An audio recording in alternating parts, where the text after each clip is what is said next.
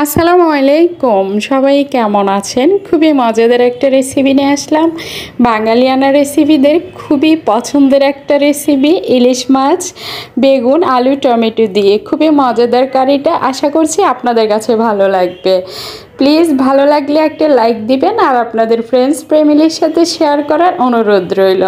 চলেন দেখে আসি আমার আজকের রেসিপিটা।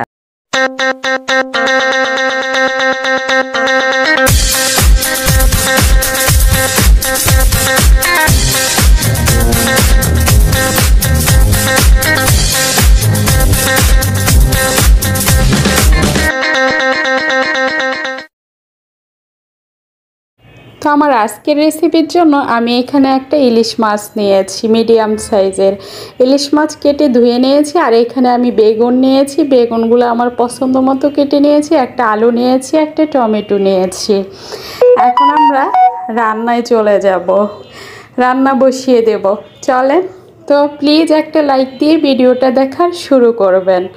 তো আমি সরিষার তেল দিয়ে দিচ্ছি কড়াইয়ের মধ্যে। আমি সরিষার তেল দিয়ে রান্না করব, আপনারা চাইলে অন্য যে কোনো তেল দিয়ে রান্না করতে পারেন। এখন আমি এখানে দিয়ে দেব পেঁয়াজ কুচি, তবে ইলিশ মাছের মধ্যে সরিষার তেলটাই বেশি ভালো লাগবে। যাই হোক, এখন আমি পেঁয়াজ কুচি দিয়ে দিচ্ছি। আর এখানে দিয়ে দিচ্ছি 1 চামচ রসুন বাটা। রসুন বাটাটা তেলের মধ্যে ভালো করে ভেজে নেব। আমি এখানে আদা বাটা দেব না, জিরের গুঁড়িও দেব না, যেহেতু আমি ইলিশ মাছ রান্না করতেছি। তাই আদা বাটা আর জিরের গুঁড়ি দিলে ইলিশ মাছের আসল টেস্টটা পাওয়া যাবে না। যাই হোক, রসুনটা ভালো করে ভেজে একটু পানি দিয়ে দিয়েছি, যাতে করে মশলাটা যেন পুড়ে না যায়। দিয়ে দিয়েছি হলুদের গুঁড়ি, মরিচের গুঁড়ি, ধনিয়ার গুঁড়ি, স্বাদ মতো লবণ। ঝালটা আপনারা আপনাদের পছন্দ মতো দিতে পারেন, যেহেতু বেগুন তরকারি একটু বেশি ঝাল হলেই বেশি মজা লাগবে। আমি তো ঝাল কম খাই, তাই আমি একটু কম করে দিয়েছি। দিয়ে দিয়েছি 2টো কাঁচামরিচ। ঢাকনা দিয়ে ডেকে মশলাটা ভালো করে কষিয়ে নিয়েছি। এখন আমি এখানে টমেটো একটা কেটে দিয়ে দিয়েছি। টমেটোগুলো একটু নরম করে নেব। টমেটোটা একটু নেড়ে চেড়ে মিশিয়ে এখানে আমি ইলিশ মাছগুলো দিয়ে দেব। আমার এই রান্নাটা ফলো করে একদিন রান্না করে খেয়ে দেখতে পারেন, আশা করছি আপনাদের কাছে অনেক ভালো লাগবে। তো ইলিশ মাছগুলো দিয়ে দিয়েছি। এখন মশলার সাথে ভালো করে নেড়ে চেড়ে মিশিয়ে নেব। যারা আমার চ্যানেলটি সাবস্ক্রাইব করে আমার পাশে আছেন, আপনাদের সবাইকে অসংখ্য ধন্যবাদ। যারা এখনও চ্যানেলটি সাবস্ক্রাইব করেননি, আপনাদের কাছে অনুরোধ থাকলো আমার চ্যানেলটি সাবস্ক্রাইব করে দেওয়ার, পাশে থাকা বেল বাটনটি অল করে দেবেন।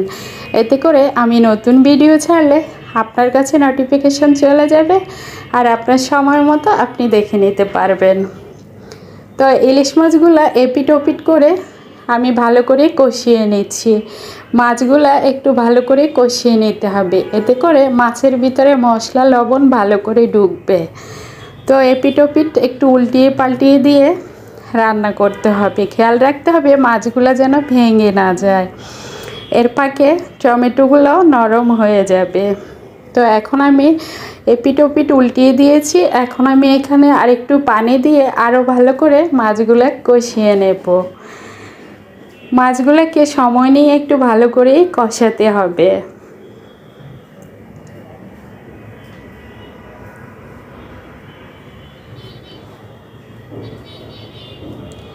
তো মাছগুলো খুব ভালো করে আমার কষানো হয়ে যাবে। আমি ঢাকনা দিয়ে ঢেকে দিয়েছি। দেখতে পাচ্ছেন খুব সুন্দর একটা কালার এসেছে, মাশাআল্লাহ। এখন আমার মাছগুলো কষানো হয়ে গেছে। এই পর্যায়ে আমি মাছগুলো তুলে রেখে দেব। তো মাছগুলো আমি তুলে নিয়েছি। এখন আমি এখানে, যেহেতু বেগুনের চাইতে আলুটা একটু শক্ত সবজি, তাই আমি আগে আলুগুলো দিয়ে দেব। কিছুক্ষণ আলুগুলা একটু কষিয়ে নেব, এতে করে বেগুনগুলা একেবারে ভেঙে যাবে না। তো আমি আলুগুলো মশলার সাথে ভালো করে নেড়ে চেড়ে মিশিয়ে দিচ্ছি। আর কিছুক্ষণ ঢাকনা দিয়ে ঢেকে রাখবো, তাহলে হালকা সিদ্ধ হয়ে যাবে। তো আমার আলুগুলো কিছুটা সিদ্ধ হয়ে গেছে, দেখতে পাচ্ছেন। এখন আমি একটু নেড়ে চেড়ে এখানে আমি বেগুনগুলো দিয়ে দেব। সবকটা সবজি একসাথে ভালো করে নেড়েচেড়ে মিশিয়ে দেব।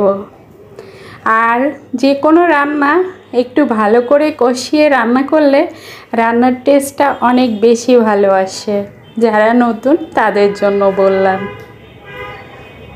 এখন আমি ঢাকনা দিয়ে ঢেকে দেব, এতে করে সবজিগুলো সুন্দরভাবে সিদ্ধ হয়ে যাবে। বেগুন থেকে হালকা কিছু পানি উঠেছে, দেখতে পাচ্ছেন। আর সবজিগুলো মোটামুটি সিদ্ধ হয়ে গেছে। এখন আমি মাছগুলো দিয়ে দেব।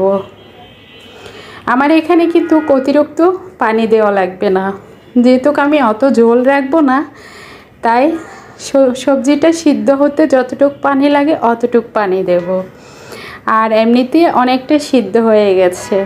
আর আমি এখানে গরম পানি দেব, গরম পানি দিয়ে দিচ্ছি।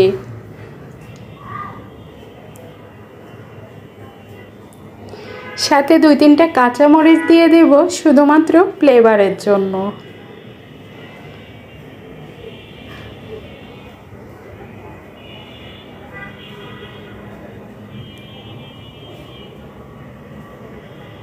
এখন আমি ঢাকনা দিয়ে ঢেকে রান্না হওয়া পর্যন্ত অপেক্ষা করব।